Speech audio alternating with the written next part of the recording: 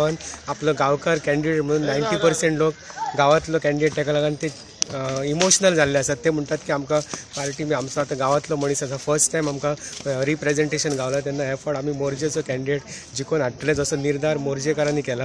आनी कितले टक्के वोटिंग मोर्जेंतल्यान तुमकां मेळटली? 90% आमकां होप आसा, कित्याक फावंडेशन आमचें स्ट्रॉंग जाल्लें आसा आनी हे सध्या मोर्जेंतले वारे हळूहळू मांद्र्यांसून केरी पर्यंत पावल्ले आसा।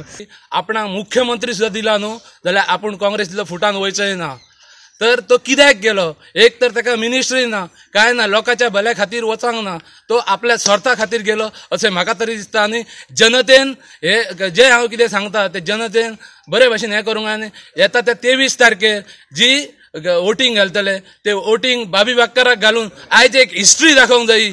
तिकीट जरी लेट डिक्लेअर झाली आणि लेट डिक्लेअर जावन आम्ही जे पक्षाचे कार्य आमचे कार्यकर्ते आयज पासून जे चालू केला तेतूर जो इतको आमकां प्रतिसाद मेळ्ळो की त्या प्रतिसादांतून आमकां विजय हो निश्चित आसा।